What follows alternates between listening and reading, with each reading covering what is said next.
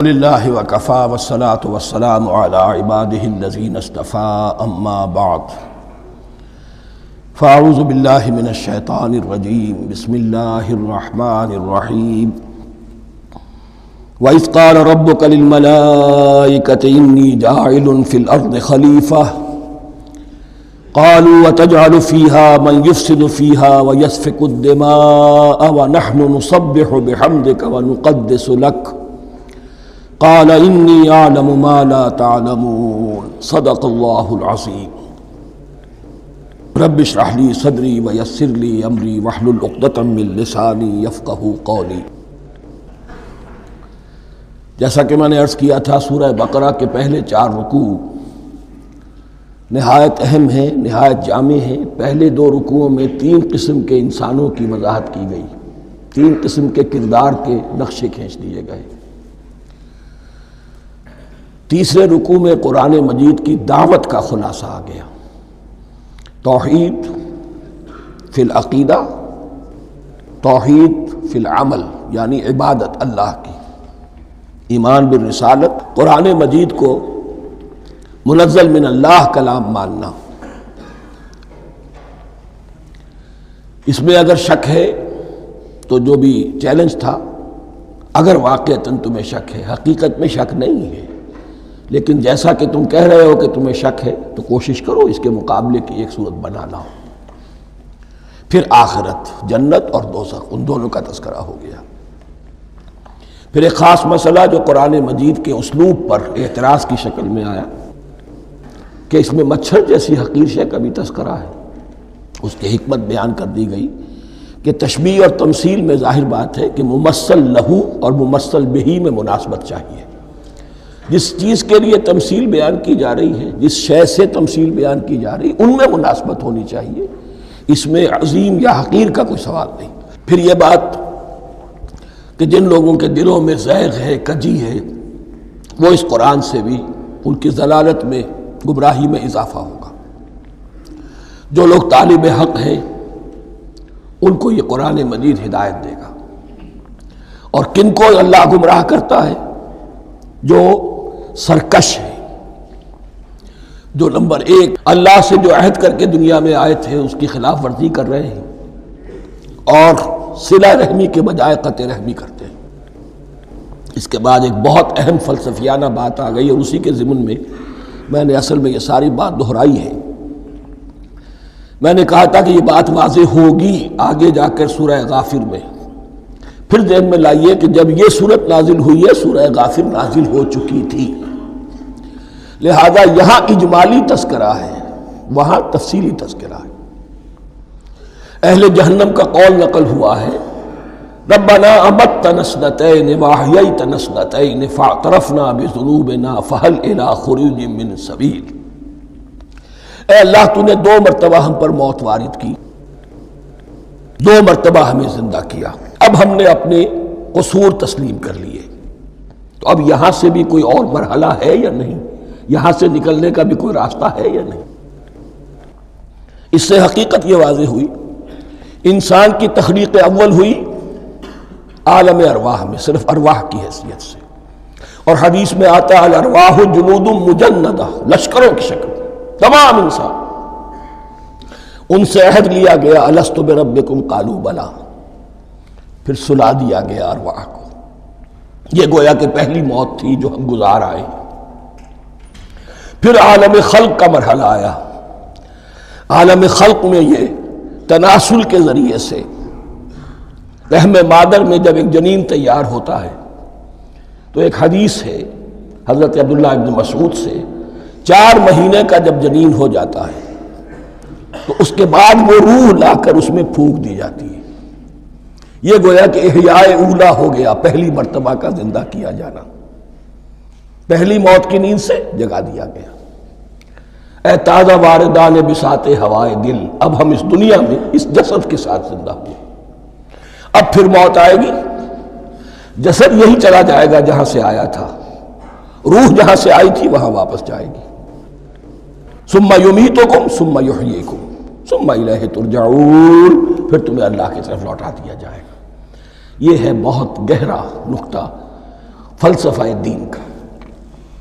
اس کے بعد مضمون شروع ہو رہا ہے خلافت کا، جس کا اجمالی جو ہے تذکرہ تیسرے رکوع کی آخری آیت میں آ گیا۔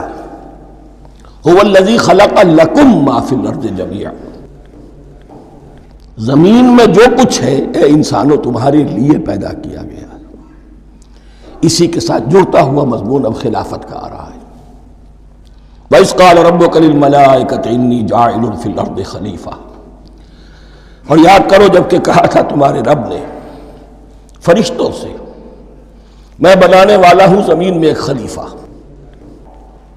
اب خلیفہ کی حقیقت کو سمجھیے، خلیفہ کسے کہتے ہیں؟ نائب۔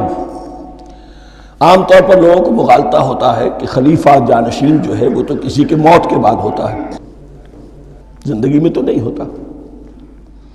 لیکن یہاں اصل میں ہمارے لیے بہت آسان ہے، انسان کی جو اصل حقیقت ہے اس دنیا میں اس کو سمجھنے کے لیے یوں سمجھیے کہ ہم آج سے 50 سال پہلے انگریز کے غلام تھے۔ ہمارا بادشاہ یا ملکہ انگلستان میں تھا یا تھی، دہلی میں وائس رائے ہوتا تھا۔ وائس رائے کا کام کیا ہے؟ جو حکم آیا ہے ہز میجسٹیز گورنمنٹ کا یا ہر میجسٹیز گورنمنٹ کا جو حکم آیا ہے بلا چون و چرا، بغیر کسی تغیر اور تبدل کے نافذ کرے۔ ہاں جہاں کوئی حکم وہاں سے نہیں ہے تو یہاں کے حالات میں بہترین اپنی رائے قائم کرے، غور و فکر کرے یہاں کی مصلحتیں کیا ہے، جو چیز بھی امپائر کی مصلحت میں ہو اس کے مطابق فیصلہ کر سکتا ہے۔ بین ہی یہی رشتہ ہے، اللہ ہے لیکن اللہ نے اپنے آپ کو غیب کے پردے میں چھپا لیا ہے۔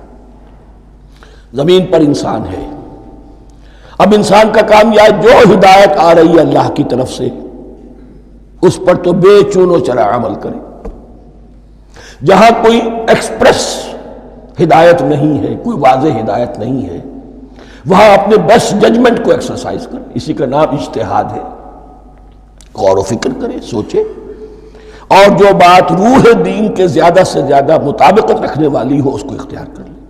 بین ہی یہی رشتہ ہے در حقیقت، رشتہ خلافت کہ جو اللہ اور انسان کے مابین ہے۔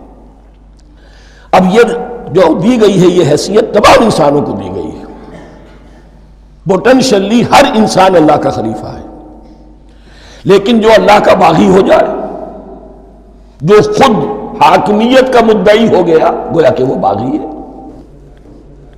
اب اگر شاہ جہان بادشاہ تھا، اس کا کوئی ولی عہد تھا، اور ولی عہد جو ہے صبر نہیں کر سکتا، اپنے باپ کی زندگی ہی میں بغاوت کر دیتا ہے، حکومت حاصل کرنا چاہتا ہے، تو اب وہ کیا ہے؟ واجب القتل ہے۔ جو لوگ بھی حاکمیت کے مدعی ہو گئے، ویسے تو حقیقت واجب القتل ہے، لیکن دنیا میں مہلت دی ہے اللہ نے، یہ دارالامتحان ہے، فوراً قتل نہیں کرتا، فوراً ختم نہیں کرتا۔ وَلَوْلَا كَلِمَةٌ سَبَقَتْ مِن رَبِّكَ إِلَىٰ أَجَلٍ مُّسَمًّى لَقُضِيَ بَيْنَهُمْ، اگر یہ پہلے بات طے نہ ہو چکی ہوتی، ایک وقت معین تک کے لیے انہیں مہلت اللہ نے نہ دی ہوتی تو اللہ فیصلہ چکا دیتا، لیکن مہلت دی ہے۔ لیکن کم سے کم اتنی سزا ملتی ہے کہ اب وہ خلافت کے حق سے محروم کر دیے گئے۔ گویا کہ اب خلافت دنیا میں ہوگی خلافت المسلمین، صرف وہی شخص کہ جو اللہ کو مانے اپنا حاکم مطلق، وہ خلافت کا اہل ہے۔ تو یہ چند باتیں خلافت کی اصل حقیقت کے ضمن میں یہیں پر سمجھ لیجیے۔ وَإِذْ قَالَ رَبُّكَ لِلْمَلَائِكَةِ إِنِّي جَاعِلٌ فِي الْأَرْضِ خَلِيفَةً قَالُوا أَتَجْعَلُ فِيهَا مَن يُفْسِدُ فِيهَا وَيَسْفِكُ الدِّمَاءَ وَنَحْنُ نُسَبِّحُ بِحَمْدِكَ وَنُقَدِّسُ لَكَ۔ اور یاد کرو جب کہ تمہارے رب نے کہا تھا فرشتوں سے کہ میں زمین میں خلیفہ بنانے والا ہوں، تو انہوں نے کہا کہ کیا تو بنائے گا اس میں جو فساد مچائے گا اس میں اور خوریزی کرے گا۔ وَنَحْنُ نُسَبِّحُ بِحَمْدِكَ وَنُقَدِّسُ لَكَ، ہم آپ کی تسبیح اور تحمید اور آپ کی تقدیس میں لگے ہوئے ہیں۔ قَالَ إِنِّي أَعْلَمُ مَا لَا تَعْلَمُونَ، فرمایا میں جانتا ہوں جو تم نہیں جانتے۔ اب یہاں سوال پیدا ہوتا ہے کہ فرشتوں کو یہ گمان کیسے ہوا، یہ خیال کیسے ہوا؟ دو رائے ہیں اس میں۔ ایک تو یہ کہ انسان کی تخلیق سے پہلے اس دنیا میں جنات تھے، اور انہیں بھی کچھ اللہ نے تھوڑا سا اختیار دیا تھا، اور انہوں نے یہاں فساد مچایا. انہیں پر قیاس کرتے ہوئے فرشتوں نے سمجھا کہ انسان بھی پھر زمین میں فساد مچائے گا، خوریزی کرے گا. ایک دوسری اصولی بات یہ کہی گئی ہے کہ خلافت کا لفظ جب استعمال ہوا تو اس کے معنی ہے کہ کوئی نہ کوئی اختیار بھی ملے گا. جنات کے بارے میں خلافت کا لفظ کہیں نہیں آیا، انسان کے بارے میں آ رہا ہے. خلیفہ بالکل بے اختیار نہیں ہوتا، جیسا کہ میں نے عرض کیا جہاں واضح حکم ہے تو اس کی تو تنفیذ، یہاں نہیں ہے وہاں اپنی رائے سے جتنا بھی بہتر سے بہتر سوچ سکتا ہو انسان رائے قائم کرے. یہ اختیار جو ہے ظاہر بات ہے جہاں اختیار ہوگا صحیح استعمال ہونے کا بھی امکان ہے، غلط استعمال ہونے کا بھی امکان ہے. اختیار تو بلکہ یہ کہ آپ کا پولیٹیکل سائنس کا تو ایکزیم یہ ہے authority turns to corrupt and absolute authority corrupts absolutely. تو ٹینڈنسی کرپشن کی ہوتی ہے اختیار کے اندر. اس بنا پر انہوں نے قیاس کیا کہ اس میں فساد ہوگا، خوریزی ہوگی. اللہ تعالیٰ نے فرمایا اپنی حکمتوں سے میں خود واقف ہوں، میں کیوں بنا رہا ہوں یہ میں جانتا ہوں، تم نہیں جانتے. وَعَلَّمَ آدَمَ الْأَسْمَاءَ كُلَّهَا، اور اللہ نے سکھا دیے آدم کو تمام کے تمام نام. اب اس میں بھی ایک رائے تو یہ ہے، بلکہ اس میں تقریباً اجماع ہے مفسرین کا، کہ اس سے مراد ہے تمام اشیاء کے نام، اور تمام اشیاء کے نام سے مراد ہے ان کی حقیقت کا علم. ہیومن نالج جو ہے اگر آپ اس کا تجزیہ کریں گے تو وہ یہی ہے کہ انسان ایک چیز کو پہچانتا ہے پھر اس کے لیے ایک نام رکھتا ہے یا کوئی ٹرم اس کے لیے قائم کرتا ہے. اس نام یا ٹرم اور اس کے حوالے سے، اصطلاح کے حوالے سے بہت سے حقائق کو اپنے ذہن کے اندر محفوظ کرتا ہے. تو گویا کہ ان علمہ آدم الاسماء کلہا تمام نام سکھا دیے کل مادی کائنات کے اندر جو کچھ وجود میں آنے والا تھا ان سب کی حقیقت سے پوٹینشلی حضرت آدم کو آگاہ کر دیا.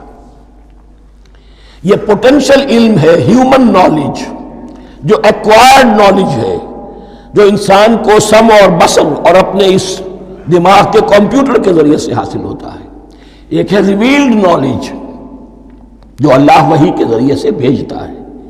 ایک ہے ایکوائرڈ نالج، انسان خود علم حاصل کرتا ہے. اس نے آنکھوں سے دیکھا، کان سے سنا، نتیجہ نکالا اور اس کمپیوٹر نے اس کو پروسیس کیا، اس نتیجے کو کہیں میموری کے اندر سٹور کر لیا. یہ کمپیوٹر ہے بہت بڑا. پھر کچھ اور دیکھا، کچھ اور سنا، کچھ چھو کر معلوم ہوا، کچھ چکھ کر معلوم ہوا، کچھ سونگھ کر معلوم ہوا، کوئی اور نتیجہ نکلا، اسے وہ پاس میموری کے ساتھ اس کو ٹیلی کیا اور نتیجہ نکالا.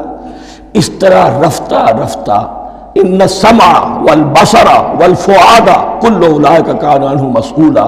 یہ ایکوائرڈ نالج تین چیزوں سے انسان کو حاصل ہو رہا ہے، سماعت، بصارت اور یہ عقل جو فائدہ اخذ کرتی ہے، جو اس کو پروسیس کرتی ہے، اس تمام جو سینس ڈیٹا اس کو مہیا ہوتا ہے سینس آرگنز کے ذریعے سے. یہ علم ہے جو پوٹینشلی حضرت آدم کو دے دیا گیا. اس کی ایکسفولیشن ہو رہی ہے، اب درجہ بدرجہ وہ علم پھیل رہا ہے، بڑھ رہا ہے، اور بڑھتے بڑھتے کہاں تک پہنچے گا ہم کچھ نہیں کہہ سکتے. کہاں سے کہاں پہنچ گیا انسان. اس نصف صدی کے اندر علم انسانی میں جو ایکسپلوژن ہوا ہے میں اور آپ اس کا تصور تک نہیں کر سکتے. اکثر بڑے بڑے جو سائنسدان ہیں انہیں تصور نہیں ہے، اس لیے کہ ایک شخص اپنی لائن فزکس کے بارے میں جانتا ہے کیا کچھ ہو گیا، یا فزکس کی بھی کسی شاخ کے بارے میں جانتا ہے، باقی دوسری جو لائن ہے اسے کچھ پتہ نہیں. اسپیشلائزیشن کا دور ہے، لہذا جو ایکسپلوژن کہا جائے، دھماکہ ہوا ہے علم کا، اس کا کوئی اندازہ نہیں ہے ہمارے پاس. اور کس تیزی کے ساتھ وہ چیز آگے بڑھ رہی ہے، کس تیزی کے ساتھ ایک چیز آج جو ایجاد ہوئی چند دنوں کے اندر اندر اس کے بعد اس کا نیا کوئی ورشن آ جاتا ہے اور یہ چیز جو ہے آبسولیٹ ہو جاتی ہے. کمیونیکیشن کے اندر جو انقلاب عظیم برپا ہوا ہے. تو آپ یہ سمجھیے کہ اقبال نے جو شعر کبھی کہا تھا کہ عروج آدم خاکی سے انجم سہمے جاتے ہیں کہ یہ ٹوٹا ہوا تارا مہ کامل نہ بن جائے. اور یہ مہ کامل بنے گا کب؟ جب دجال کی شکل اختیار کرے گا. دجال کون ہوگا؟ جو ان تمام قواعد طبیعہ کے اوپر قابو پا لے گا، جب چاہے گا جہاں چاہے گا بارش برسائے گا. رزق کے تمام خزانے اپنے ہاتھ میں لے لے گا، جو اس کے اوپر ایمان لائے گا اسی کو ملے گا، کسی اور کو نہیں ملے گا، اس کی آواز پوری دنیا میں سنائی دے گی، وہ چند دنوں کے اندر پوری دنیا کا چکر لگا لے گا۔ یہ ساری چیزیں جو حدیث میں دجال کے بارے میں آئی ہیں وہی اسی علم آدم ایکوائرڈ نالج کے اس حد کو پہنچ جانا کہ وہ ٹوٹل مسٹریز نیچر کی جو ہے وہ اس پر منکشف ہو جائے اور ان قواعد طبیعہ کو وہ ہارنس کر لے، قابو میں لے آئے اور انہیں استعمال کرے۔ کبھی جب ہمارے کسی بہت 200-300ویں کوئی پیڑھی میں کوئی ہمارے جد امجد ہوں گے جنہوں نے کوئی چٹان دیکھی کہ گری، پتھر پر پتھر ٹکرایا تو آگ اس میں سے شعلہ نکلا، اس کا یہ مشاہدہ کافی ہو گیا آگ پیدا کرنے کے لیے۔ پتھروں کو ٹکراؤ، آگ پیدا کر لو۔ یہ اس دور کی سب سے بڑی ایجاد تھی، آگ، انرجی۔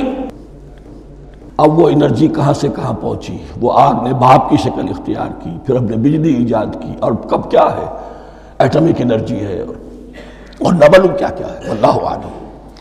ان تمام چیزوں کا تعلق ہے خلافت ارضی کے ساتھ، لہذا فرشتوں کو جو بتایا گیا وہ یہ ہے کہ آدم کو علم بھی دیا جا رہا ہے، صرف اختیار ہی نہیں دیا جا رہا، علم دیا جا رہا ہے۔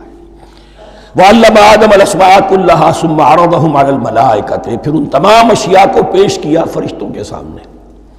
فَقَالَ أَنبِئُونِي بِأَسْمَاءِ هَؤُلَاءِ، اور فرمایا کہ مجھے بتاؤ ان چیزوں کے نام، ان کنتم صادقین، اگر تم سچے ہو۔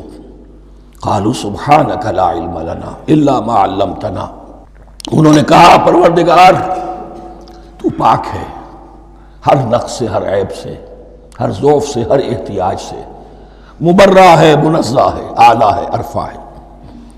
لا علم لنا الا ما علمتنا، ہمیں کوئی علم حاصل نہیں سوائے اس کے جو تو نے ہمیں سکھا دیا ہے۔ اس کی تعبیر یہی بہتر معلوم ہوتی ہے کہ ملائکہ کی حیثیت در حقیقت اس کائناتی جو حکومت ہے اللہ کی، آفاقی حکومت، اس کے کارندوں کی ہے، یہ اس کے سول سرونٹس ہیں، تو ہر ایک کو صرف اس کے شعبے کے متعلق علم دیا گیا ہے، علم جامع نہیں ہے، تمام چیزوں کا علم، یہ معلوم کرنے کی استعداد ان کے پاس نہیں ہے۔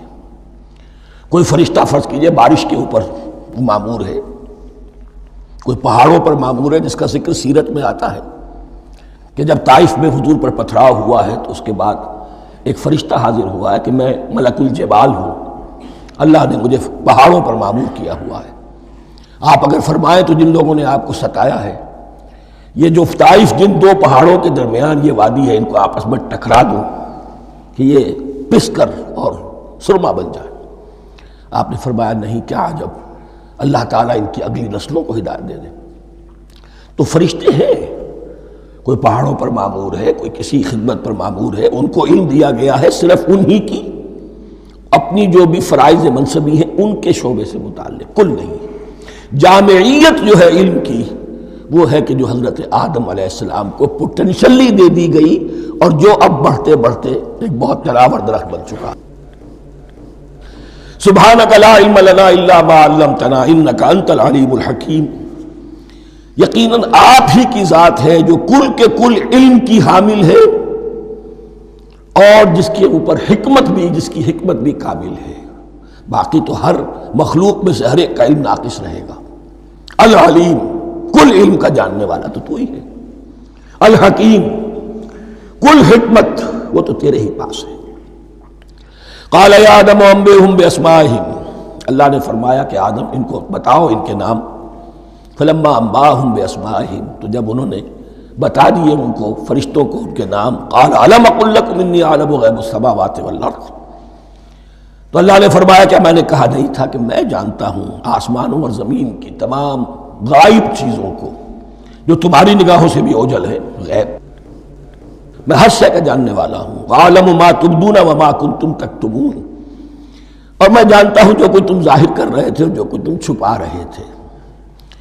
چھپانے میں محسوس ہوتا ہے کہ ان کی خواہش یہ تھی کہ خلافت ہمیں ملے، ہم خدام ادب ہیں، ہر وقت تسبیح و تحمید اور تقدیس میں مصروف ہیں، جو حکم ملتا ہے بجا لاتے ہیں، تو یہ خلافت کسی اور مخلوق کو کیوں ملے؟ یہاں صرف یہ اور بتا دوں کہ یہ چونکہ اب ایک تیسری مخلوق کا ذکر بھی بعد میں آئے گا، 3 صاحب تشخص مخلوقات ہیں اللہ کی، صاحب تشخص، صاحب شعور، جن میں کا شعور ہے، انا، میں۔ ایک ملائکہ ہیں، ان کی تخلیق نور سے ہوئی ہے۔ ایک انسان ہے جن کی تخلیق گارے سے ہوئی ہے۔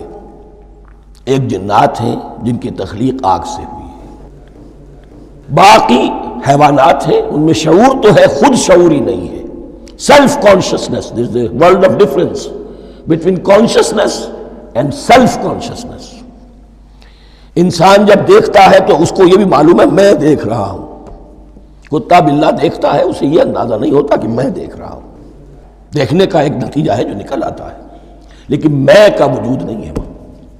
یہ انا، سیلف، ایگو، یہ انسان میں ہے، جنات میں ہے، شعور میں، اور فرشتوں میں ہے۔ ایک نوری مخلوق، ایک ناری مخلوق، ایک زمین کے اس کرسٹ میں، یہ جو مٹی اور گارے، مٹی کا اور پانی کا جو ملغوبہ ہے گارے کی شکل میں، اس سے بنا ہے۔ قال یا آدم انبئهم باسمائهم فلما انباهم باسمائهم قال الم اقل لكم اني اعلم غیب السماوات والارض واعلم ما تبدون وما كنتم تكتمون واذ قلنا للملائكة اسجدوا لآدم فسجدوا الا ابلیس۔ اور یاد کرو جب کہ ہم نے کہا فرشتوں سے سجدہ کرو سب کے سب آدم کو، جھک جاؤ آدم کے سامنے، فسجدوا، ان سب نے سجدہ کیا، الا ابلیس، سوائے ابلیس کے۔ پہلی بات تو یہ سمجھیے کہ تمام ملائکہ کے سجدے کی ضرورت کیا تھی؟ کیا یہ صرف تعظیماً تھا؟ اور تعظیماً اگر تھا تو کیا آدم خاکی کی تعظیم تھی یا کسی اور شے کی تعظیم تھی؟ مکی صورتوں میں یہ بات 2 جگہ واضح کی گئی ہے۔ فَإِذَا سَوَّيْتُهُ وَنَفَخْتُ فِيهِ مِن رُوحِي فَقَعُوا لَهُ سَاجِدِينَ، جب میں اس آدم کی تخلیق مکمل کر لوں اور اس میں اپنی روح میں سے پھونک دوں، تب گر پڑنا اس کے سامنے سجدے میں۔ تعظیم اگر ہے تو آدم خاکی کی نہیں ہے، اس کے اندر جو ڈیوائن ایلیمنٹ ہے، جو ڈیوائن سپارک ہے، جو روح ربانی ہے، میری روح، اس کی ہے۔ اور نمبر 2، اس کی حکمت کیا ہے، علت کیا ہے، غرض و غایت کیا ہے؟ جیسا کہ میں نے عرض کیا، اس کائنات کی اس حکومت کے کارندے تو وہ ہیں۔ خلیفہ بنایا جا رہا انسان کو، جب تک یہ ساری سول سروس اس کے تابع نہ ہو، خلافت کیسے کرے گا؟ دیکھیے میں جانا چاہتا ہوں، چوری کرنے کے لیے جانا چاہتا ہوں، راستے میں کتنے فیکٹرز ہوں گے، کتنے فزیکل فینومینا ہوں گے۔ میں چلنا چاہتا ہوں، میں زمین کو دھکیلتا ہوں، زمین مجھے دھکیلتی ہے، زمین مجھے نہ دھکیلے تو میں کیسے چلوں گا؟ یہ پوری کائنات جو ہے، یہ جب ہم کوئی ارادہ کرتے ہیں اور کوئی فیل کرتے ہیں تو اس فیل کے پورے ہونے میں، اس کے ظہور میں نہ معلوم کون کون سے ایلیمنٹس ہیں، کون کون سی فورسز آف دی نیچر ہیں جو ہمارے ساتھ موافقت کرتی ہے تو ہم وہ کام کر سکتے ہیں۔ اور ان سب پر فرشتے مامور ہیں، ہر ایک کی اپنی ڈومین ہے۔ اگر وہ تابع نہ ہوں تو خلافت کی کوئی معنی نہیں۔ خلافت دی گئی ہے، یہ ادھر جانا چاہتا ہے جانے دو، یہ نماز کے لیے مسجد میں جانا چاہتا ہے جانے دو، یہ چوری کے لیے نکلا ہے نکلنے دو، اس لیے کہ اس کو جو اختیار دیا گیا ہے، اس کے اختیار کے استعمال میں یہ تمام جو قوتیں ہیں وہ اس کے ساتھ موافقت کرتی ہیں، تب اس کا کوئی ارادہ، وہ اچھا ہو یا برا، وہ پایہ تکمیل کو پہنچ سکتا ہے۔ یہ گویا کہ سبارڈینیشن اس کے لیے سمبل کہ تمام فرشتوں کو جھکا دیا گیا۔ البتہ اس آیت میں ایک مغالطہ پیدا ہوتا ہے، الا ابلیس، سوائے ابلیس کے۔ مغالطہ یہ پیدا ہوتا ہے کہ شاید وہ بھی فرشتہ تھا، اس لیے کہ حکم تو فرشتوں کو دیا گیا تھا۔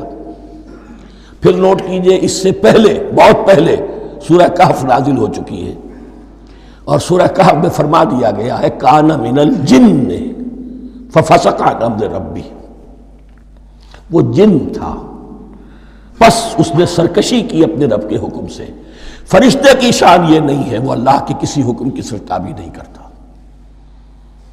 لا یعصون اللہ ما امرہم ویفعلون ما یؤمرون، وہ اللہ کے کسی حکم کی نافرمانی نہیں کرتے اور جو حکم ملتا ہے بجا لاتے۔ یہ جنات کے اندر اختیار تھا، جیسے اختیار انسانوں کو دیا گیا ہے۔ جنات میں نیک بھی ہیں، بد بھی ہیں، اعلیٰ بھی ہیں، ادنا بھی ہیں، جیسے انسانوں میں۔ لیکن یہ عزازیل جو جن تھا، علم اور عبادت دونوں کے اعتبار سے بہت بلند ہو گیا تھا، اور یہ فرشتوں کا یوں سمجھیے کہ ہم نشین، فرشتوں کے ساتھ اس طور سے شامل، جیسے بہت سے انسان بھی اگر اپنی بندگی میں، زہد میں، عبادت میں، نیکی میں ترقی کریں تو ان کا ملائے اعلیٰ کے ساتھ، عالم ارواح کے ساتھ، عالم ملائکہ کے ساتھ ایک رابطہ قائم ہوتا ہے۔ اسی طریقے سے وہ جو عزازیل تھا، جن ہونے کے باوجود اپنی نیکی، عبادت، پارسائی اور اپنے علم میں فرشتوں سے بہت آگے تھا، اس لیے معلم الملکوت کی شکل اختیار کر چکا تھا۔ اس کو اپنی زوم تھا۔ یہ بات جیسا کہ میں نے عرض کیا 7 مرتبہ قرآن میں یہ بات آئی ہے، قصہ ابلیس و آدم، کہ فرشتوں کو حکم ہوا کہ سجدہ کرو، سب جھک گئے، ابلیس نے سجدے سے انکار کر دی 7 مرتبہ۔ یہ 7ویں مرتبہ ہے جو ہم پڑھ رہے ہیں، مصحف میں پہلی مرتبہ آ رہا ہے، ترتیب نزول میں 7ویں مرتبہ آ رہا ہے۔ یہ آدم و ابلیس کا قصہ اس سے آگے سورہ اعراف میں آئے گا، پھر سورہ ہجر میں آئے گا، سورہ بنی اسرائیل میں آئے گا، سورہ کہف میں آئے گا، سورہ طٰہٰ میں آئے گا، سورہ صاد میں آئے گا، 6 مرتبہ مکی قرآن میں، 1 مرتبہ یہاں۔ تو یہاں اشارہ نہیں کیا، اس لیے مغالطہ ہو سکتا ہے، لیکن یہ کہ سورہ کہف میں آپ کو بتا چکا ہوں کان من الجن ففسق عن امر ربی، اس نے اپنے رب کے حکم سے سرتابی۔ ابلیس اس کا صفاتی نام ہے اب، اس لیے کہ اب لسیبلسو کے معنی ہوتے ہیں مایوس ہو جانا۔ یہ اللہ کی رحمت سے بالکل مایوس ہے، اور مایوس جو ہو جائے وہ شیطان ہو جاتا ہے۔ اب میرا تو چھٹکارا نہیں ہے، جتنوں کو برباد کر سکوں کروں،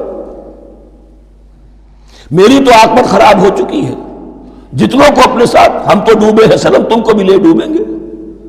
اب وہ شیطان اس معنی میں کہ انسان کی عداوت اس کی گھٹی میں پڑ گئی، اس نے اللہ سے پھر اجازت بھی لی کہ مجھے مہلت دے دے، یوم یبعثون، قیامت تک کے دن کے لیے، تو میں ثابت کر دوں گا کہ یہ آدم اس رتبے کا حقدار نہ تھا، مستحق نہ تھا جو اسے دیا گیا۔ انا خیر منہ، میں اس سے بہتر ہوں۔ خلقتنی من نار وخلقتہ من طین، تو نے مجھے آگ سے بنایا، اسے گارے سے بنایا۔ لیکن یہ تکبر ہے در حقیقت کہ جس نے اسے راندہ درگاہ حق کر دیا۔ وَإِذْ قُلْنَا لِلْمَلَائِكَةِ اسْجُدُوا لِآدَمَ فَسَجَدُوا إِلَّا إِبْلِيسَ أَبَىٰ وَاسْتَكْبَرَ، ابا اس نے انکار کیا، واستکبر اور تکبر کیا، استکبار کیا، وَكَانَ مِنَ الْكَافِرِينَ۔ کانا عربی زبان میں 2 طرح کا ہوتا ہے، تامہ، ناقصہ۔ ایک معنی یہ ہو سکتے ہیں کہ ہو گیا، اب اپنے اس استکبار اور انکار کی وجہ سے کانا من الکافرین، وہ کافروں میں سے ہو گیا۔ ایک کانا تامہ ہوتا تھا ہی کافروں میں سے، یعنی اس کے اندر سرکشی چھپی ہوئی تھی، اب ظاہر ہو گئی۔ یہ معاملہ ہوتا ہے، کسی شخص کی بدنیت ہی اس کے اوپر پردے پڑے رہتے ہیں نیکی کے، زہد کے، کسی خاص وقت میں آ کر وہ ننگا ہو جاتا ہے، اور جو اس کے اندر تھا اصل، اس کی حقیقت، وہ سامنے آ جاتی ہے۔ اس کا امکان ہے، تو دونوں معنی اس کے ہو سکتے ہیں۔ وَقُلْنَا يَا آدَمُ اسْكُنْ أَنْتَ وَزَوْجُكَ الْجَنَّةَ، اور ہم نے کہا کہ اے آدم رہو تم اور تمہاری بیوی جنت میں۔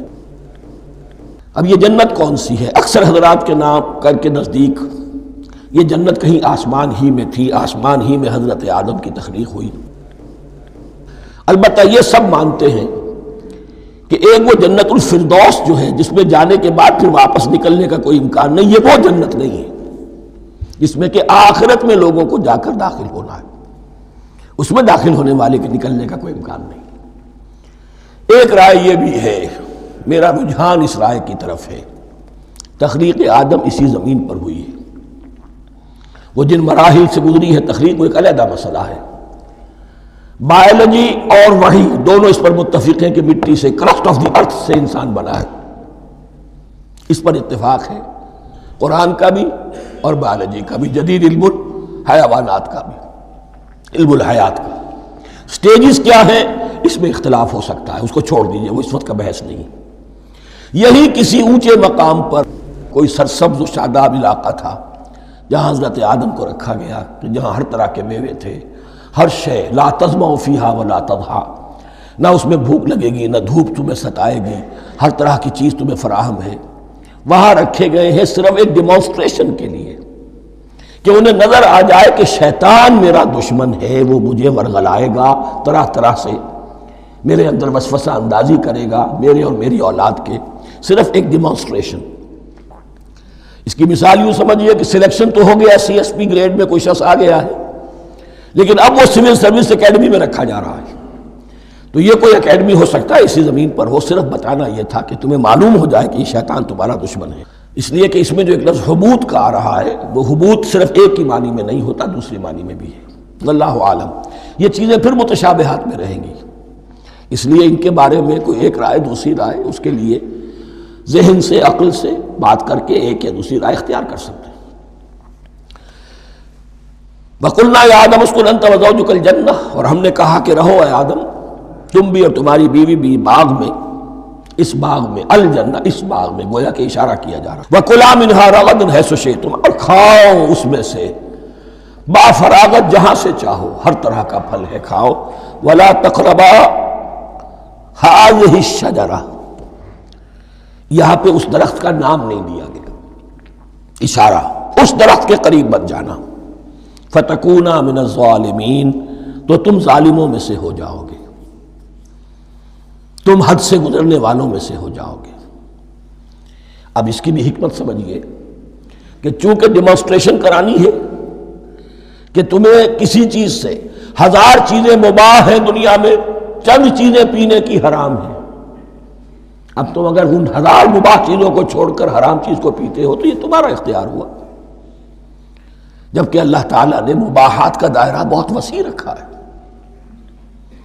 جس سے چاہو چند رشتے ہیں جو بیان کر دیے گئے، یہ حرام ہے، محرمات ہے، ابدیہ ہیں، ان سے تو شادی نہیں ہو سکتی، باقی کسی مسلمان عورت سے دنیا کے کسی کونے میں وہ شادی کر سکتے، کروڑوں کے آپشنز آپ کے لیے خالی کھلے ہیں، لیکن پھر بھی انسان شادی نہ کرے، زنا کرے، یہ گویا کہ اس کی اپنی خباثت نفس ہے۔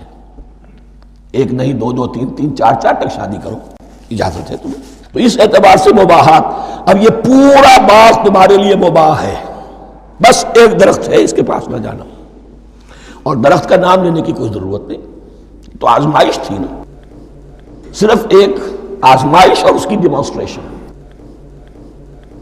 فَأَزَلَّهُمَا الشَّيْطَانُ عَنْهَا، تو پھسلا دیا ان دونوں کو شیطان نے اس درخت کے بارے میں۔ اب وہ کس کس طریقے سے پھسلایا، یہ بھی جیسا کہ میں نے عرض کیا 6 مرتبہ چونکہ یہ قصہ آ چکا ہے، اس کی آپ کو سورہ طٰہٰ میں تفصیل ملے گی، کس کس طریقے سے پھسلایا اور اس بات کے لیے تیار کیا۔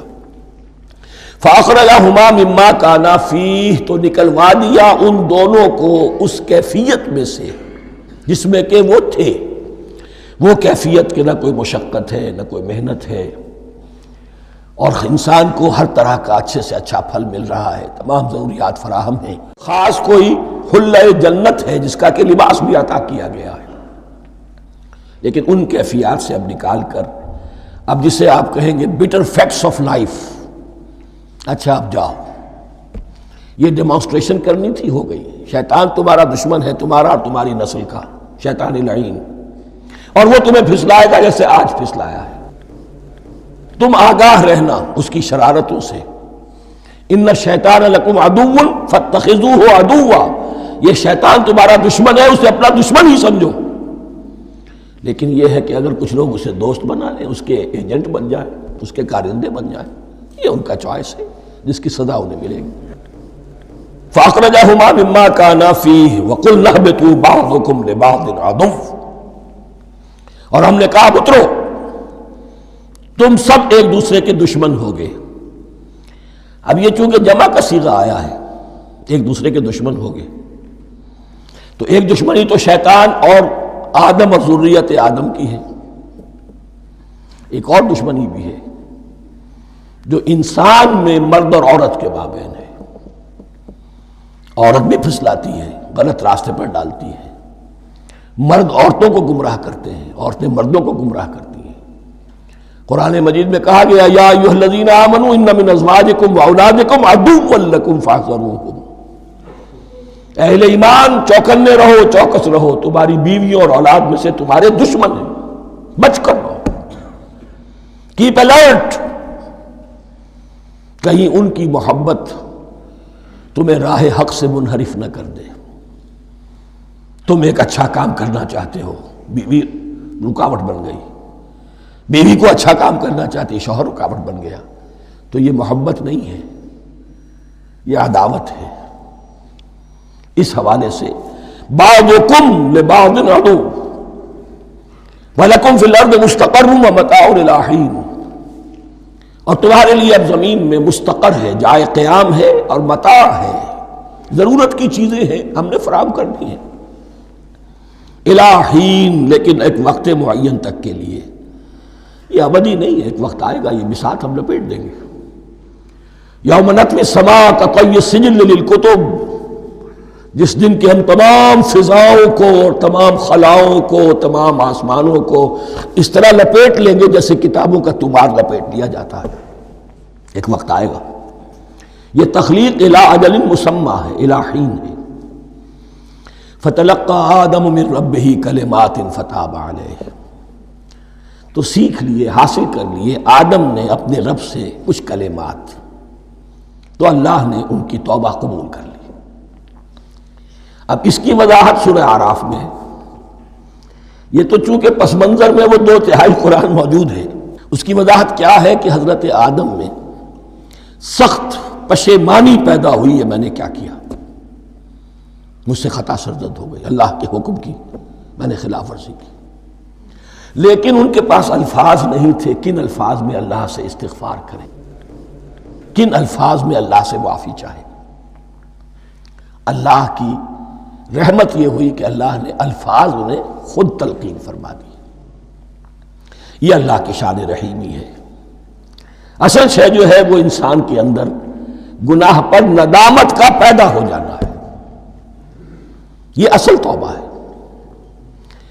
علامہ اقبال نے جو بڑی اپنی آغاز عنفوان شباب میں جو اشعار کہے تھے، ان میں سے ایک شعر کو سن کر پھڑک اٹھے تھے اس وقت کے اساتذہ بھی، موتی سمجھ کے شان کریمی نے چن لیے قطرے جو تھے میرے عرق انفعال کے، انفعال کہتے ہیں شرمندگی کو، شرمندگی سے میری پیشانی پر جو پسینے کے قطرے نمودار ہو گئے، میرے پروردگار کو وہ اتنے عزیز ہوئے، اس نے انہیں موتی کی طرح چن لیا، موتی سمجھ کے شان کریمی نے چن لیے قطرے جو تھے میرے عرق انفعال کے۔ تو فتلقى آدم من ربہ کلمات، ان پر پچھتاوا ہوا، ندامت ہوئی، اللہ نے انہیں الفاظ، وہ الفاظ کیا تھے وہ سورہ اعراف میں ہیں، ربنا ظلمنا انفسنا وان لم تغفر لنا وترحمنا لنکونن من الخاسرین، اے اللہ ہم نے اپنی جانوں پر ظلم کیا ہے، اور اگر تو نے ہمیں بخش نہ دیا اور رحم نہ فرمایا تو ہم تو خسارہ والوں میں ہو جائیں گے، تباہ ہو جائیں گے، برباد ہو جائیں گے۔ یہی پر فوری تقابل موجود ہے، غلطی ابلیس سے بھی ہوئی، حکم سے سرتابی ہوئی، لیکن اس پر ندامت نہیں ہوئی، تکبر کی بنا پر اور اکڑ گیا، انا خیر منہ۔ غلطی آدم سے بھی ہوئی، نافرمانی ہوئی، لیکن اس پر پشیمان ہوئے اور توبہ کی۔ وہ شیطنت ہے، یہ آدمیت ہے، ورنہ کوئی انسان گناہ سے اور معصیت سے مبرہ نہیں ہے۔ حضور کی ایک حدیث ہے، کل بنی آدم کلکم خطاؤون، کل بنی آدم خطاؤون وخیر الخطائین التوابون، آدم کے تمام اولاد، تمام انسان خطا کار ہیں، ان خطا کاروں میں بہتر وہ ہیں، اچھے وہ ہیں جو توبہ کرتے ہیں۔ تو یہاں حضرت آدم سے غلطی ہوئی، انہوں نے توبہ کی، پشیمانی ہوئی، ندامت ہوئی، اس نے کی اور اس پر جم گیا، اصرار کیا. فتلقى آدم من ربه کلمات فتاب علیہ انہ هو التواب الرحیم. یقیناً وہی تو ہے بہت توبہ کو قبول فرمانے والا اور بہت رحم فرمانے والا. یہ نوٹ کیجئے گا توبہ کا لفظ دونوں طرف سے آتا ہے. بندہ بھی تواب وخیر الخطائین التوابون. تواب بندے بھی ہو گئے، تواب اللہ بھی ہے. اس کی اصل حقیقت کیا ہے؟ بندے نے خطا کی اور دور ہو گیا اللہ سے. اللہ نے اپنی رحمت کی نگاہ اس سے پھیر لی. بندے نے توبہ کی، اللہ پھر اپنی رحمت کے ساتھ اس کی طرف متوجہ ہو گیا. توبہ کے معنی پلٹنا. بندہ معصیت سے توبہ کر کے اپنی اصلاح کی طرف، بندگی کی طرف، اطاعت کی طرف پلٹ آیا. اللہ نے جو اپنی نظر رحمت پھیر لی تھی، اللہ نے پھر وہی اپنی شان غفاری اور رحیمی کے ساتھ بندے کی طرف توجہ فرما لی. جس کے لیے حدیث میں الفاظ آتے ہیں تم اگر میری طرف بالشت بھراؤ گے میں ہاتھ بھراؤں گا، تم اگر چل کر آؤ گے میں دوڑ کر آؤں گا. ہم تو مائل بکرم ہے کوئی سائل ہی نہیں، راہ دکھلائیں کسے رہنم منزل ہی نہیں. وہ تو تواب ہے. بس فرق یہ ہے کہ تابہ بندے کے لیے ہوگا تو الہ ہوگا، تابہ الہ، انی تبت الیک. اور جب اللہ کی طرف سے ہوگا تابہ علیہ، وہ اعلیٰ ہوگا، اس پر توبہ کی. یعنی اللہ کی بلند شان ہے تو انسان توبہ کرتا ہے تو اس کی طرف توبہ کرتا ہے. اللہ کی شان کیا ہے؟ وہ توبہ کرتا ہے تو بندے پر اعلیٰ. فتاب علیہ انہ هو التواب الرحیم. قلنا اہبطوا منہا جمیعا.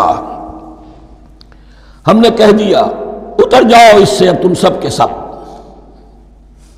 فَإِمَّا يَأْتِيَنَّكُم مِّنِّي هُدًى. اب یہاں لفظ آیا اہبطوا، یہاں بھی پہلے بھی آیا ہے. جو حضرات یہ سمجھتے ہیں کہ تخلیق آدم آسمانوں پر ہوئی ہے اور جنت بھی وہ آسمان میں ہے جہاں رکھے گئے تھے، آزمائشی یا ٹریننگ یا ڈیمانسٹریشن والی جنت، وہ یہاں حبوط کا ترجمہ کریں گے کہ آسمان سے زمین پر اترنے کا حکم دیا گیا. جو لوگ سمجھتے ہیں یہی کسی بلند مقام پر تھے، وہ کہتے ہیں کہ نیچے اترو، کسی بڑی اونچی سطح ارتفاع پر اگر کوئی جگہ تھی تو اب نیچے اترو اور جاؤ، اب تمہیں زمین میں ہل چلانا پڑے گا اب روٹی حاصل کرنے کے لیے. یہ جو نعمتوں کے دسترخوان یہاں بچھے ہوئے تھے یہ اب تمہارے لیے نہیں ہے. اس کے لیے اس معنی میں اس لفظ کا استعمال جو ہے وہ آ جائے گا آگے چل کر اسی سورہ بقرہ کے اندر، کہ اس معنی میں بھی سورہ بقرہ کے 7ویں رکوع میں یہ لفظ استعمال ہوا ہے. تو امکان اس کا بھی ہے. بس اس سے آگے ادھر یا ادھر کی زیادہ بحث کرنے کا یہ موقع دورہ ترجمہ قرآن میں نہیں ہے.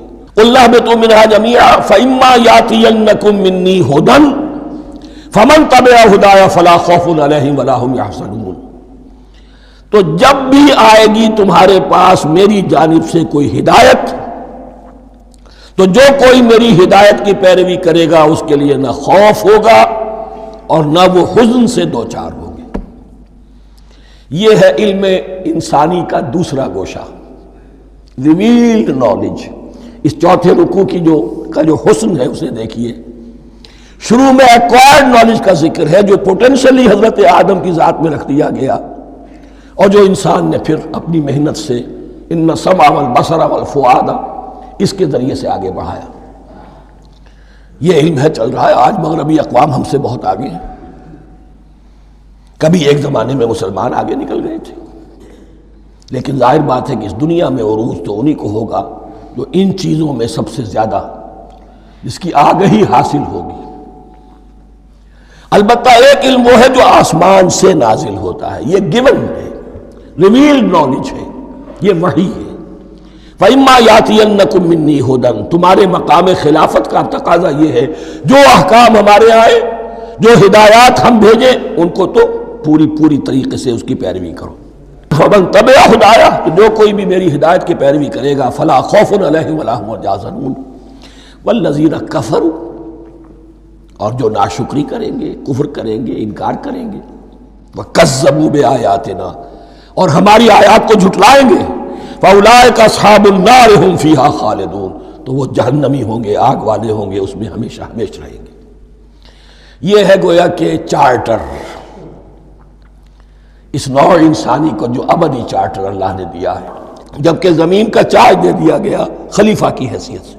یہاں یہ 4 رکوع جو ہے سورہ بقرہ کے، جو میں نے عرض کیا تھا، قرآن کی دعوت، قرآن کا بنیادی فلسفہ، اس پر یہ جام ہے، اور یہ مکی صورتوں کے مضامین کا خلاصہ۔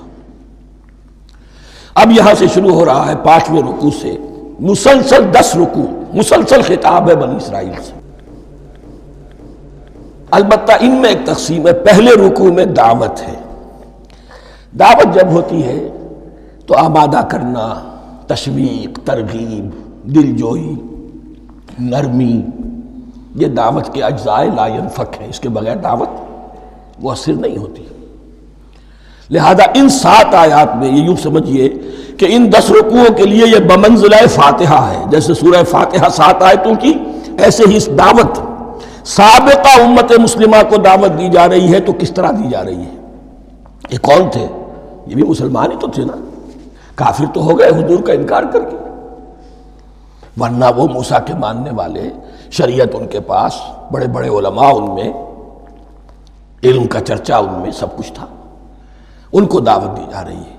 لیکن میں اس لیے آپ کو چاہتا ہوں، اس کو توجہ دلا رہا ہوں، آج اگر مسلمانوں میں جو غافل ہو گئے، اپنی حقیقت کو بھول گئے، اپنے فرض منصبی سے غافل ہو گئے، دنیا کے اور قوموں کی طرح کی ایک قوم بن کر رہ گئے، اگر کوئی ایک داعی گروہ کھڑا ہو، کوئی جماعت، کوئی فرد، اور اس سے جماعت بنے، تو ظاہر بات ہے سب سے پہلے اسے اسی امت کو دعوت دینی ہوگی، اس لیے کہ دنیا تو اسلام کو پہچانے گی اس امت کے حوالے سے۔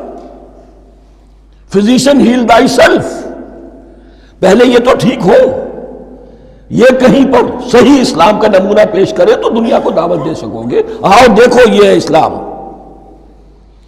اس لیے ان کو جو دعوت دینے کا اسلوب ہونا چاہیے وہ عکس ہوگا اس اسلوب کا جو ان 7 آیات میں ہمارے سامنے آ رہا ہے۔ یا بنی اسرائیل اذکروا نعمتی التی انعمت علیکم، اے بنی اسرائیل، اسرائیل کو سمجھ لیجئے یہ مرکب لفظ ہے، اسر، اسی سے اسیر بنا ہے، اسیر جو کسی کا قیدی ہوتا ہے، ایل عبرانی میں اللہ کے لیے ہے، اور اسرائیل کا ترجمہ ہے عبداللہ، اللہ کا غلام، اللہ کے ساتھ بندھا ہوا اس کی اطاعت کے قلاتے کے اندر۔ تو یہ اسرائیل یہ لقب ہے حضرت یعقوب علیہ السلام کا۔ ان کے 12 بیٹے تھے، 12 بیٹوں سے جو نسل چلی وہ بنی اسرائیل ہے، انہی میں حضرت موسیٰ کی بعثت ہوئی اور تورات انہیں دی گئی، پھر یہ ایک بہت بڑی امت بنے۔ ان پر 4 ادوار آ چکے تھے قرآن مجید کے نزول کے وقت، 2 مرتبہ اللہ کی رحمت کی بارشیں ہوئیں، انہیں عروج نصیب ہوا، 2 مرتبہ ان کو دنیا پرستی، شہوت پرستی، اللہ کے احکام کو پس و پیش ڈال دینے کی سزا میں عذاب کے کوڑے ان پر برسے۔ اس کا ذکر آئے گا سورہ بنی اسرائیل کے پہلے رکوع میں۔ اس وقت جب کہ قرآن نازل ہو رہا ہے، اس وقت وہ اپنے اس زوال کے دور میں تھے۔ حال یہ تھا کہ حضور صلی اللہ علیہ وسلم کی بعثت سے پہلے ہی 2nd ٹیمپل بھی شہید کیا جا چکا تھا، گرایا جا چکا تھا۔ حضرت سلیمان نے جو بنایا تھا ہیکل سلیمانی، جس کو یہ 1st ٹیمپل کہتے ہیں، اسے نیبوکدنضر نے گرا دیا تھا حضرت مسیح سے بھی کئی 100 سال پہلے۔ لیکن اس کے بعد پھر یہ رومنز نے سن 70 عیسوی میں حضور کی ولادت سے 500 برس پہلے ان کا یہ یروشلم تباہ و برباد ہوا، اس میں لوگوں کو قتل کیا گیا، قتل عام ہوا، اور 2nd ٹیمپل جو ہے وہ بھی گرا دیا گیا، جو اب تک گرا پڑا ہوا ہے۔ صرف ایک ویلنگ وال ہے جس کے پاس جا کر یہودی جو ہے ماتم کر لیتے ہیں، روتے ہیں، اور اب وہ بنانے پر تلے ہوئے ہیں اپنا 3rd ٹیمپل، اس کے نقشے بن چکے ہیں، بلو پرنٹ بن چکے ہیں۔ لیکن بہرحال جس وقت قرآن نازل ہو رہا تھا یہ بہت ہی پستی میں تھے۔ اس کے بارے میں فرمایا، اے بنی اسرائیل ذرا یاد کرو میرے اس انعام کو جو تم پر ہوا۔ وہ انعام کیا ہے؟ میں نے تمہیں اپنی کتاب دی، نبوت سے سرفراز فرمایا، اپنی شریعت تمہیں عطا فرمائی، تمہیں داؤد، تمہارے اندر داؤد اور سلیمان جیسے بادشاہ اٹھائے جو بادشاہ بھی تھے، نبی بھی تھے۔ وَأَوْفُوا بِعَهْدِي، اور میرے وعدے کو پورا کرو تاکہ میں بھی اپنے وعدے کو پورا کروں۔ یہ وعدہ ہے جو کتاب استثناء جو ہے اولڈ ٹیسٹمنٹ کی، ڈیوٹرانومی، اس کے 18ویں باب کی آیت نمبر 18 اور 19 میں ہے۔ حضرت موسیٰ سے خطاب کر کے اس میں اللہ نے یہ الفاظ فرمائے، میں ان کے بھائیوں میں سے تیرے مانند ایک نبی برپا کروں گا اور اس کے منہ میں اپنا کلام ڈالوں گا، اور وہ وہی کچھ بتائے گا جو میں اس سے کہوں گا۔ یہ گویا کہ حضرت موسیٰ علیہ السلام کی امت کو بتایا جا رہا تھا کہ نبی آخر الزماں آئیں گے اور تمہیں انہیں قبول کرنا ہے۔ قرآن مجید میں اس کا بڑا تفصیلی ذکر سورہ اعراف میں آئے گا انشاءاللہ، لیکن یہاں فرمایا اوفوا بعہدی اوف بعہدکم، تم میرا عہد پیرا پورا کرو، میرے اس نبی کو تسلیم کرو، اس پر ایمان لاؤ، اس پر کی صدا پر لبیک کہو، تو میں تمہیں میرے انعام و اکرام اور بڑھتے چلے جائیں گے۔ وَإِيَّايَ فَارْهَبُونِ، اور صرف مجھ سے ڈرو۔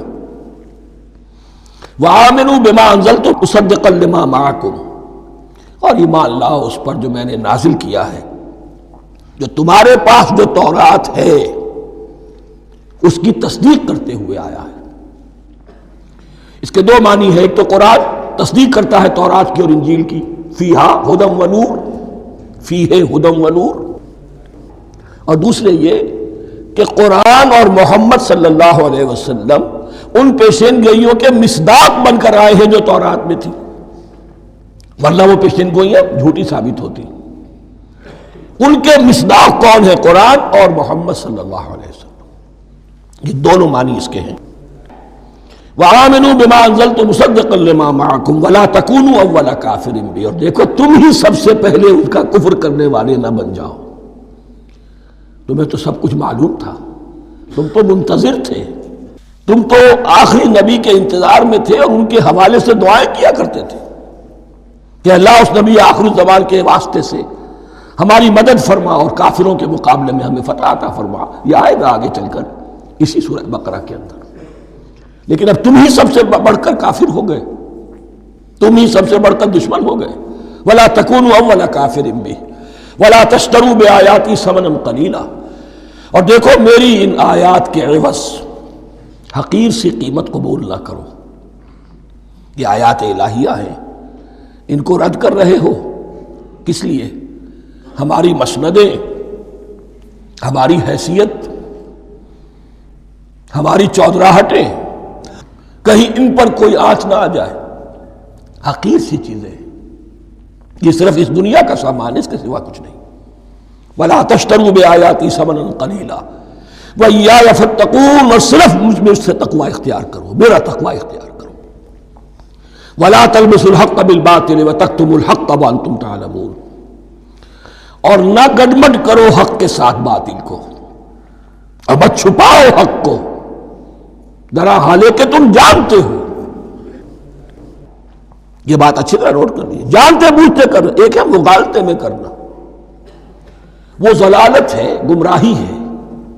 ایک جان بوجھ کر کرنا، حق کو پہچان کر اسے رد کرنا، یہ پھر اللہ تعالیٰ کے غضب کو دعوت دینا ہے، wrath of اللہ، اس کے غضب کو دعوت دینا ہے کہ حق کو پہچان کر اس کی نفی کی جائے۔ وَأَنْتُمْ تَعْلَمُونَ، علماء یہود قرآن مجید میں آگے چل کر آئے گا، ایسے پہچانتے تھے محمد کو اور قرآن کو جیسے اپنے بیٹوں کو، یعرفونہ کما یعرفون ابناہم، ایسے پہچانتے جیسے اپنے بیٹوں۔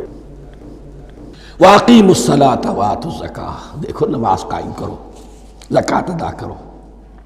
وَارْکَعُوا مَعَ الرَّاکِعِینَ، اور جھکنے والوں کے ساتھ جھکو۔ یہ اول تو رکوع کو انہوں نے اپنے ہاں سے خارج کر دیا تھا، ثانیاً باجماعت نماز ان کے ہاں ختم ہو گئی تھی۔ وَارْکَعُوا مَعَ الرَّاکِعِینَ، جماعت باجماعت نماز کی طرف اشارہ ہے۔ أَتَأْمُرُونَ النَّاسَ بِالْبِرِّ وَتَنْسَوْنَ أَنفُسَكُمْ، کیا تم لوگوں کو نیکی کا حکم دیتے ہو، تقوی کی، پارسائی کی تعلیم دیتے ہو؟ میں کہہ رہا ہوں نا کہ اصل میں مخاطب کون ہے؟ علماء یہود۔ اس آیت سے ثابت ہو گیا عالم ہمارا بھی جب بھی کھڑا ہوگا اونچے سے اونچا آواز کہے گا، اعلیٰ سے اعلیٰ بات کہے گا۔ اکثر و بیشتر کا حال یہ ہے کہ ان کا اپنا کردار دیکھیے تو کوئی مناسبت ہی نہیں اس سے کہ جو وہ بات کہہ رہا ہے، جو لوگوں کو دعوت دے رہا ہے اس پر خود عمل نہیں۔ تو یہی در حقیقت علماء یہود کا کردار بن چکا تھا۔ اَتَأْمُرُونَ النَّاسَ بِالْبِرِّ وَتَنْسَوْنَ أَنفُسَكُمْ، کیا تم لوگوں کو نیکی کا حکم دیتے ہو اور خود اپنے آپ کو بھول جاتے ہو؟ وَأَنْتُمْ تَتْلُونَ الْكِتَابَ، اور یہ سب کچھ تم کر رہے ہو اس حال میں کہ کتاب پڑھتے بھی ہو، تورات پڑھتے ہو، صاحب تورات ہو۔ ہمارے بھی بہت سے علماء کا، علماء سو جنہیں ہم کہتے ہیں، حال یہ ہو چکا ہے، خود بدلتے نہیں قرآن کو بدل دیتے ہیں، ہوئے کس درجہ فقیہان حرم بے توفیق۔ جو صورتحال ہے صرف قرآن کا متن بچا ہوا ہے، اس کے مفہوم میں، اس کی تفسیر میں، اس کے ترجمے میں تو تحریفیں موجود ہیں، بڑی بڑی تحریفیں موجود ہیں، متن بچا ہوا ہے، وہ اس لیے کہ اللہ تعالیٰ نے اس کی حفاظت کا ذمہ لیا ہے۔ وَاسْتَعِینُوا بِالصَّبْرِ وَالصَّلَاةِ، اور مدد حاصل کرو دو چیزوں سے، صبر اور نماز۔ یہ صبر کا لفظ یہاں پر بہت قیمتی ہے، بہت بامانی ہے۔ علماء سو کیوں وجود میں آتے ہیں؟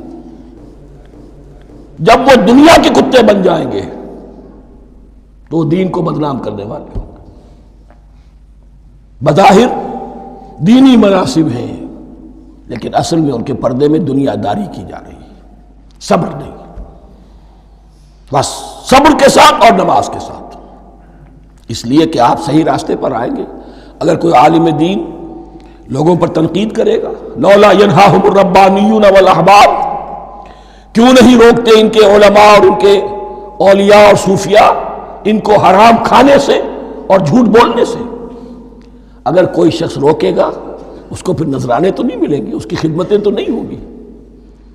اگر تو دنیا میں صبر اختیار کرنا ہے تب تو آپ حق بات کہہ سکتے ہیں، اور اگر دنیاوی ایمبیشنز ہیں تو پھر آپ کو کہیں نہ کہیں کمپرومائز کرنا پڑے گا۔ وَاسْتَعِینُوا بِالصَّبْرِ وَالصَّلَاةِ، صبر اور نماز۔ وَإِنَّهَا لَكَبِیرَةٌ، اور یقیناً یہ بہت بھاری شے ہے، بہت بھاری شے ہے۔ عام طور پر خیال یہ ہے کہ انہا کی ضمیر صرف صلاۃ کی طرف جاتی ہے، نماز بہت بھاری ہے۔ ایک رائے یہ ہے کہ نہیں، یہ پورے طرز عمل کی طرف جا رہی ہے۔ یہ طرز عمل کہ خود صبر کرو، اس دنیا میں صبر کرو، دنیا اور دنیا کے متعلقات میں کم سے کم پر قانے ہو جاؤ، اور حق کا بول بالا کرنے کے لیے میدان میں آ جاؤ۔ یہ طرز عمل، اور اس میں پھر نماز، الصلاۃ عماد الدین۔ وَإِنَّهَا لَكَبِیرَةٌ إِلَّا عَلَى الْخَاشِعِينَ، یہ یقیناً بہت بھاری چیز ہے، یہ روش، یہ رویہ بھی بہت بھاری اور نماز بھی بہت بھاری ہے، سوائے ان خشوع رکھنے والوں کے، ڈرنے والوں کے، جن کے دل جھک گئے ہیں اللہ کے سامنے۔ الَّذِينَ يَظُنُّونَ أَنَّهُم مُّلَاقُو رَبِّهِمْ، جنہیں یہ یقین ہے کہ انہیں اپنے رب سے ملاقات کرنی ہے، جیسا کہ میں نے شروع میں توجہ دلائی تھی، وَبِالْآخِرَةِ هُمْ يُوقِنُونَ، یہ ایمان بالآخرت ہے جو انسان کو سیدھا رکھتا ہے عمل کے میدان میں۔ الَّذِينَ يَظُنُّونَ أَنَّهُم مُّلَاقُو رَبِّهِمْ وَأَنَّهُمْ إِلَيْهِ رَاجِعُونَ۔